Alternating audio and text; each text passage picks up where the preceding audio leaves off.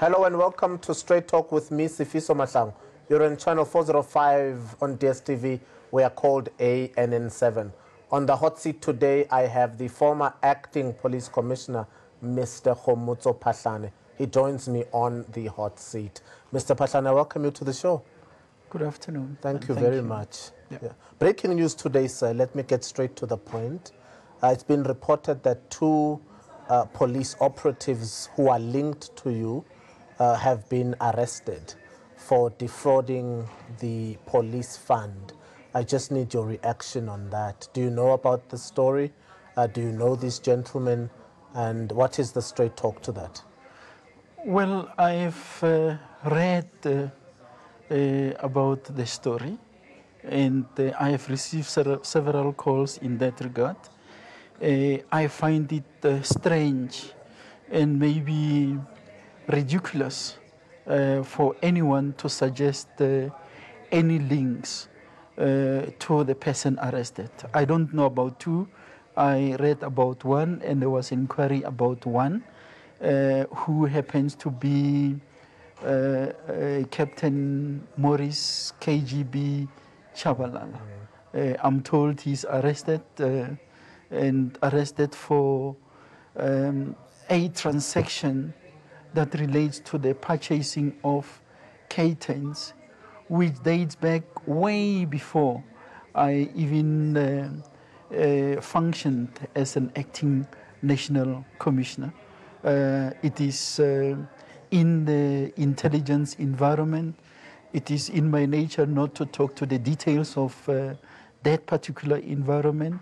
But since a specific mention is made of that person and the alleged link, I am compelled to place it on record that I don't even know. I don't even know how KGB looks like. If you You've never met him? I've never met him. You've had no interactions with him whatsoever? I had no interaction with him.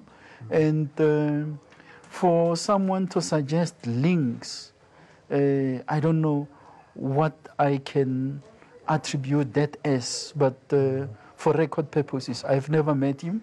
And the allegations that are leveled against him has got nothing to do with me. I do understand that there is a propaganda machinery that is instituted by those that have occupied the public space with a program to discredit and or damage my reputation. But safe to say that the facts speaks for themselves. I don't know the arrested person. If I were to just get into this, Mr. Phahlane, you say there's a machinery against you by people in the public space. Do you have any idea who those people are and why that machinery is filled to target you? Well, there are specific individuals that have embarked on that program. You'll know that I appeared before Parliament on the 16th of May 2017, yes, wherein I have made reference to the existence of OPIT, and I have explained what it is, and everything that has been in the public domain comes from that particular environment for reasons only known to them, on why all these allegations after allegation, which unfortunately can never be found to be the truth. They remain the allegation. It is 2 years already that the campaign is embarked upon in all forms and shapes. I was allegedly accused of interfering with witnesses, which you know that there were cases of defeating the ends of justice. Both of them, the DPP had declined to prosecute because the facts suggest otherwise, that there was never any facts to support those allegations, but they continue to be there.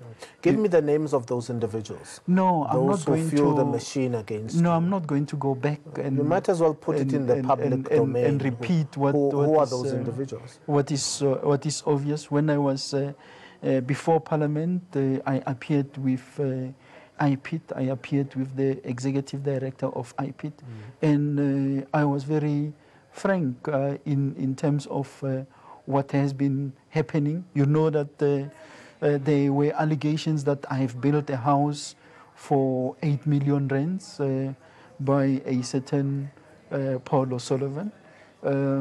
Contrary to the facts of my house being built for 3 million, it is a story that has been running there. There has been a story running about a sound system of 80,000 80,000.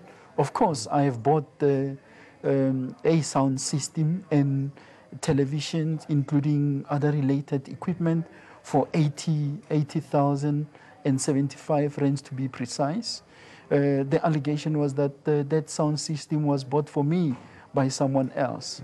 They have found the facts confirming that that allegation is not true, because I had paid for that sound system from my own account directly to Soundsgate, where the sound system was bought. You must admit a sound system of 80,000 rand is not exactly humble. It's not the lowest sound system in the shop.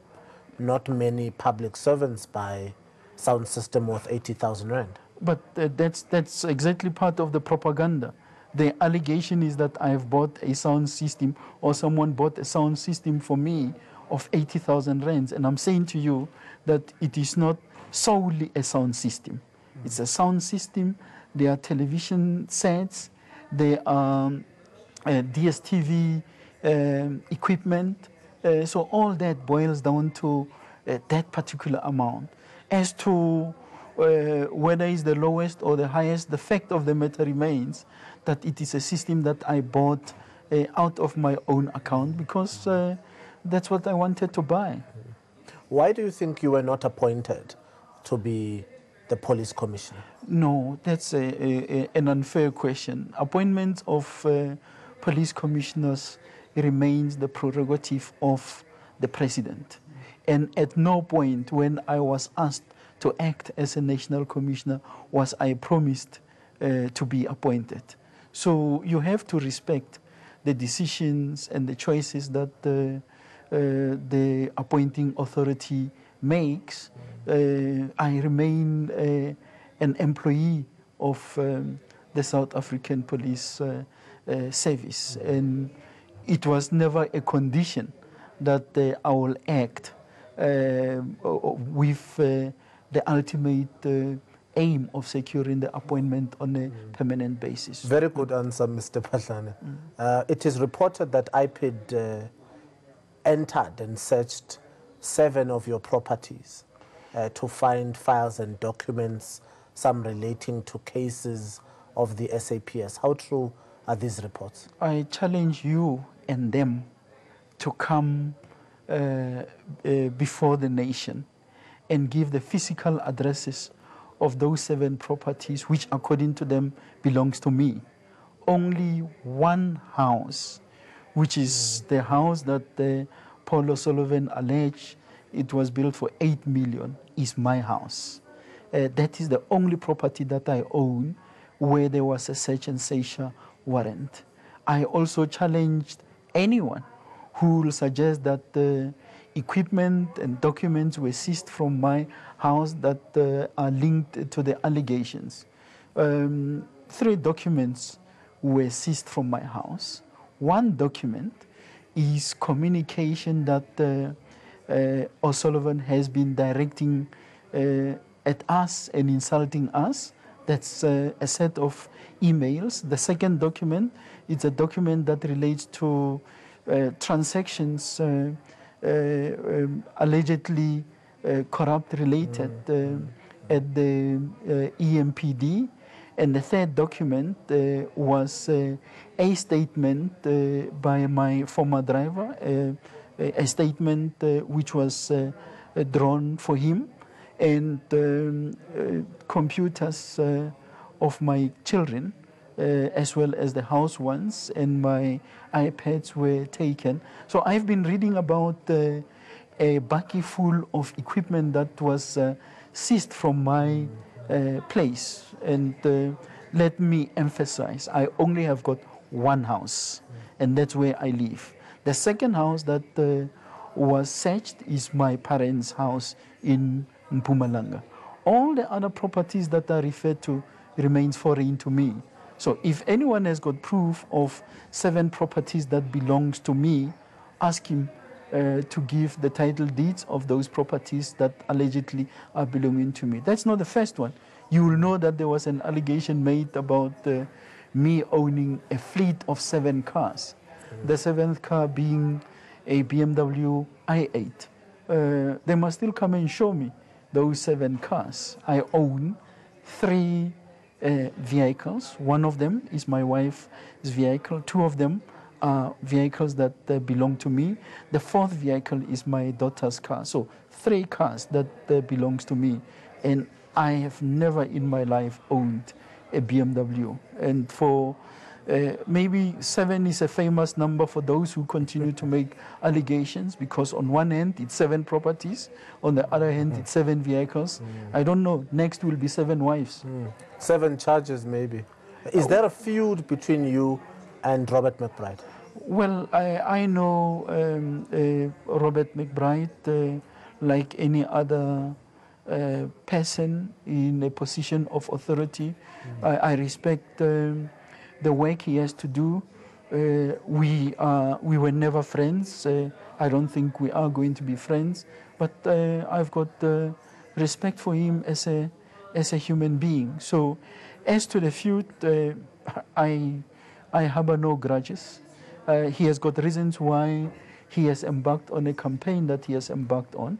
He has got a reason on why he continues to make the allegations that they continue to be making. Just recently, you know that he appeared before Scopa, during which allegations were made of equipment worth 374 million that is stored in a warehouse at a building site owned by Phahlane. I so wish that he can give the address of that building site, because the equipment he was referring to is equipment which is at the supply chain management stores, which is a facility of the police. And for your information, I have nothing to do with the procurement of that equipment. That equipment, of course, is procured for utilization in the forensic services environment. But when it suits them, they will just go and run the story of there is this huge amount of money that was irregularly spent by Phahlane. I think I've been on several times on record to say that I do not sign any contracts. I do not award any contracts to any company. I do not sit on any platform or panel where decisions are taken to award contracts. The allegation went further to say that there is a company which has been paid 6.1 billion because of links to me.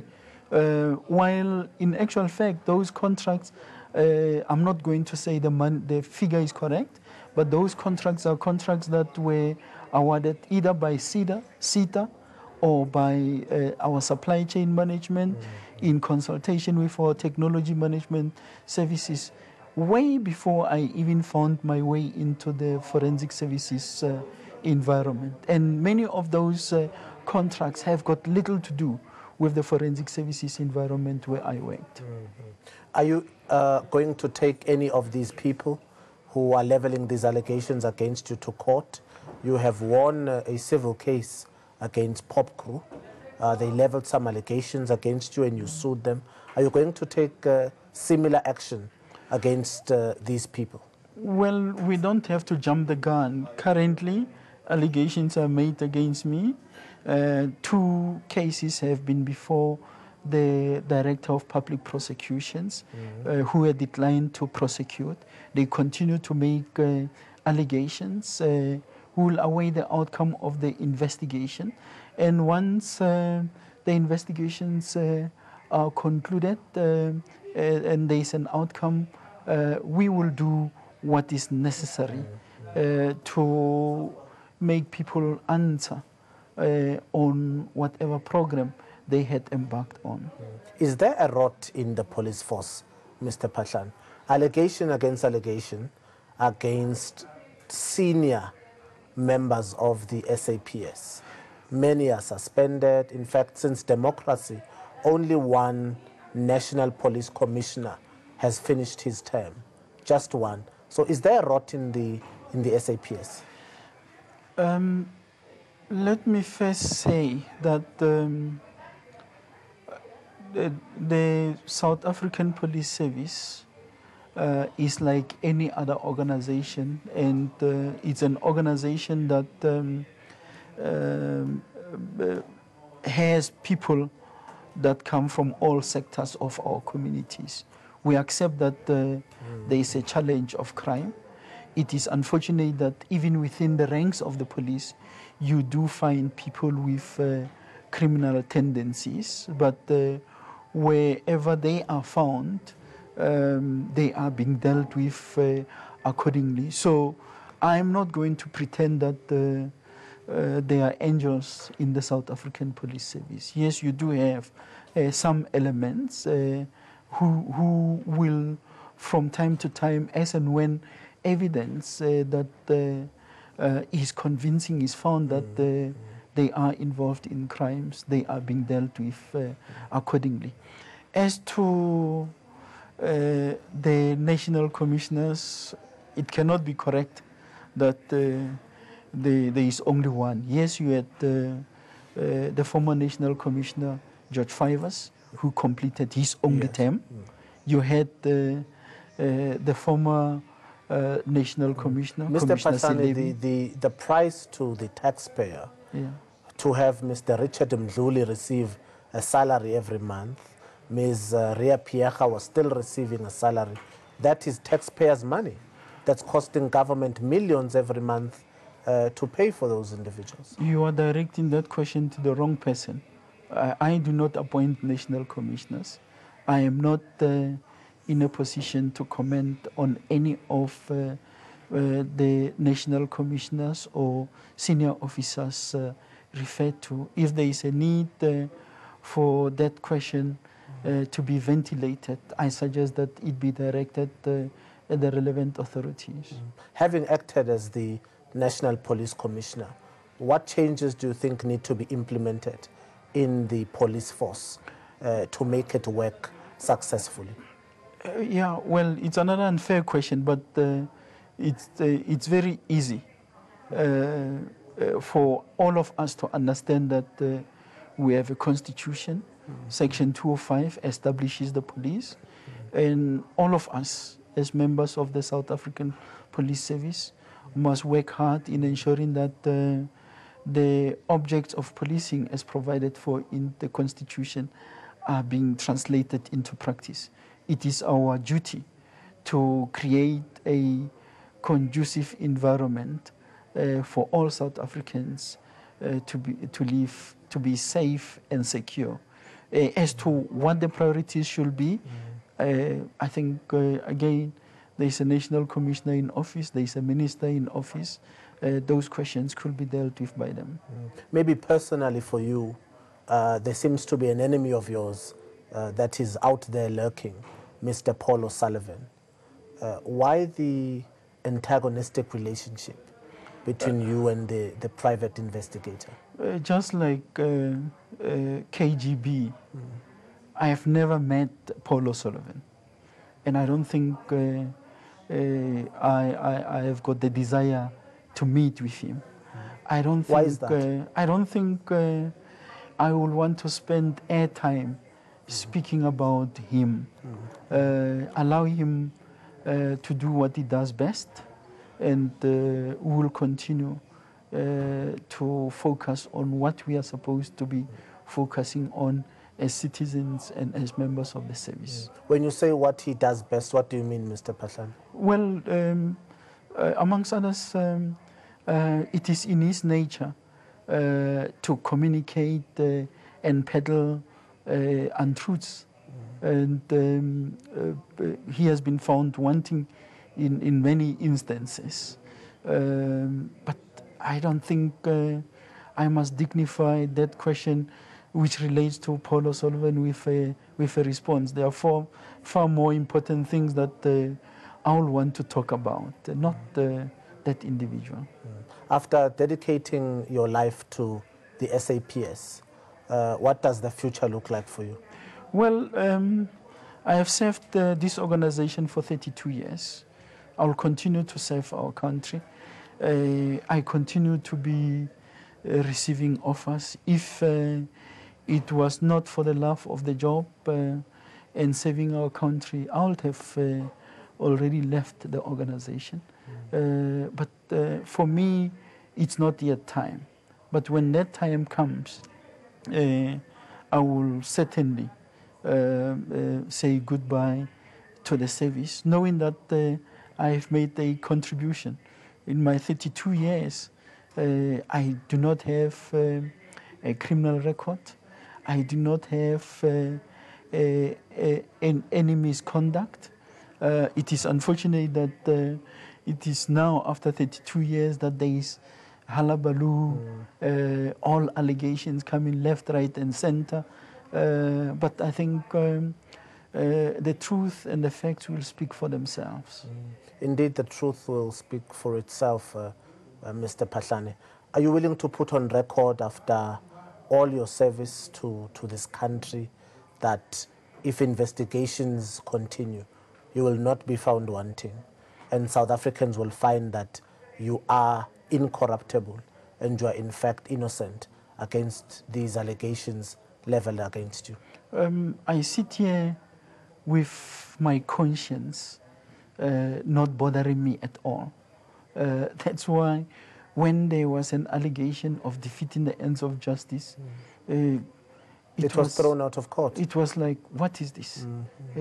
I have placed it on record that if there are allegations against me or anyone, we should not be above the law. Those allegations must be investigated. Those allegations must be investigated by a competent authority, not with ulterior motives. And at the end of the investigation, the facts will speak for themselves. So I have no reason to worry about the outcomes of the investigation. The only thing that will remain a concern is the unprofessionalism and the level of personal interest and the continuous peddling of allegations, baseless as they are, feeding our nation with lies. That's the only thing that worries me. I'm not concerned about what is being alleged. The only question maybe is, do those people have conscience? Do they have integrity? If they were to continue manufacturing stories which in their hearts they know they are not factual. So I've got no reason to worry about any investigation. I'm not above the law. The investigations must continue. There must be an outcome. But you'll agree with me that you can't investigate an individual for 2 years. Really? Does it mean that it is so impossible? One moment we're busy with this. When we find nothing, we jump to something else, and so on. So just if you were to ask me to place it on record, I'm not concerned. Mr. Phahlane, there's a school of thought out there that says the troubles you've attracted is because you represent or belong to a certain faction in the politics of the day. Which faction? Could that be true? That perhaps the assaults you've had from the media and others is because people believe that you are aligned to a faction of the ruling party? You know, it's very strange. Before I was appointed in the in the position of an acting national commissioner, it was circulating that this one is not standing a chance because he has got no political connections. I did not need any political connections because I'm a career police person. And I do not need to belong to a faction. I am from the school of thought that believes that as police officers, we should not be aligned to any political grouping and or faction, because our mandate is to serve all, irrespective of which political party they belong. So I'll be going against my oath of office if I were suddenly to align myself to a grouping. Of course, I am a voter, and I vote every time when the national elections are being conducted, and I believe that I vote correctly. I've got no reason, to worry in that regard. So, those who talk about factions referring to me, I think it's a misplaced allegation. How do we clean the streets of drugs and crime? For now, may you direct that question at the National Commissioner and those that are operational, and allow me to enjoy my space while another takes the position as commissioner. Yes, yes. Allow me that space. Right. I am there to contribute towards ensuring that our constitution, that which it provides, is being implemented to the latter. You answer very well, Mr. Phahlane. Thank you very much. Thank you, sir. Thank you for this interview. Okay, thank you. Yeah, thank you. All right, You've been a great guest. Thank you. Thank you very much. And that was the former acting police commissioner, Mr. Khomotso Phahlane, who places it on record that he does not know the gentleman arrested for defrauding the police fund. I am Sifiso Mahlangu. This is Straight Talk, only on channel 405 on DSTV. We are called ANN7. Thank you for watching. Pray for South Africa. It's a goodbye from me.